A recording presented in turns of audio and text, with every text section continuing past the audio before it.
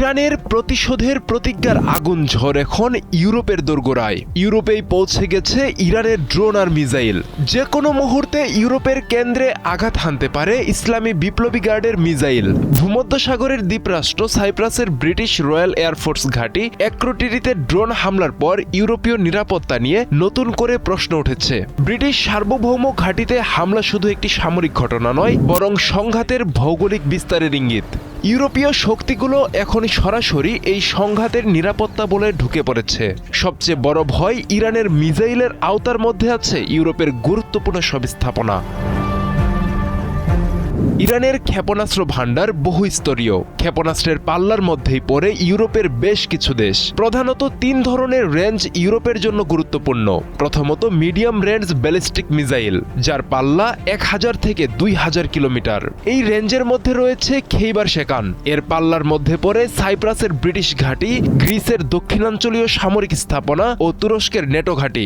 দ্বিতীয়ত intermediate range ballistic missile, যার পাল্লা 2000 থেকে 3000 কিলোমিটার বেশি। ইরানের কিছু উন্নত ক্ষেপণাস্ত্র ইতালির দক্ষিণাংশ, গ্রিস, বুলগেরিয়া পর্যন্ত পৌঁছাতে সক্ষম বলে ধারণা বিশ্লেষকদের। তৃতীয়ত ড্রোন ও ক্রুজ মিসাইল। ইরানের শাহেদি সিরিজের ড্রোন কম উচ্চতায় উড়ে রাডার এড়াতে পারে, যা ভূমধ্যসাগরীয় অঞ্চলে বড় চ্যালেঞ্জ তৈরি করতে সক্ষম।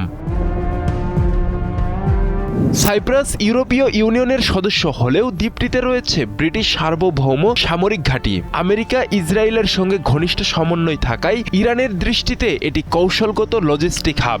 এটি একটি স্পষ্ট বার্তা যে ইরানের বিরুদ্ধে সামরিক জোট গড়ে তুললে তাদের ঘাঁটিও ঝুঁকির বাইরে থাকবে না। বিশ্লেষকদের মতে ইরান সরাসরি ইউরোপে বড় আকারের ক্ষেপণাস্ত্র হামলা চালাবে এমন সম্ভাবনা এখনই বেশি নয়, কারণ এতে ইউরোপীয় ইউনিয়ন ও নেটো সরাসরি যুদ্ধে জড়িয়ে পড়বে। এটি সংঘাতকে আঞ্চলিক থেকে বৈশ্বিক পর্যায়ে নিয়ে যাবে। কূটনৈতিক ও অর্থনৈতিক পরিণতি হবে ভয়াবহ। যদি ইতালি, গ্রিস বা অন্য কোনো নেটো দেশের ঘাঁটি সরাসরি ক্ষেপণাস্ত্র হামলার শিকার হয়, তবে নেটোর আর্টিকেল 5 সক্রিয় হওয়ার সম্ভাবনা রয়েছে। যৌথ সামরিক জবাব দিতে পারে আমেরিকা ও ইউরোপ। তীব্র অস্থিরতা দেখা দেবে বিশ্ব জ্বালানি বাজারে। ইরান এখন দেখাচ্ছে তাদের ক্ষেপণাস্ত্র শুধু মধ্যপ্রাচ্যের মার্কিন মিত্ররাষ্ট্র নয়, ইউরোপের ঘাঁটিতেও চ্যালেঞ্জ করতে পারে। তারই ইঙ্গিত সাইপ্রাসে হামলা। চাপ বাড়ছে আমেরিকা ইসরায়েলের জোটের উপর।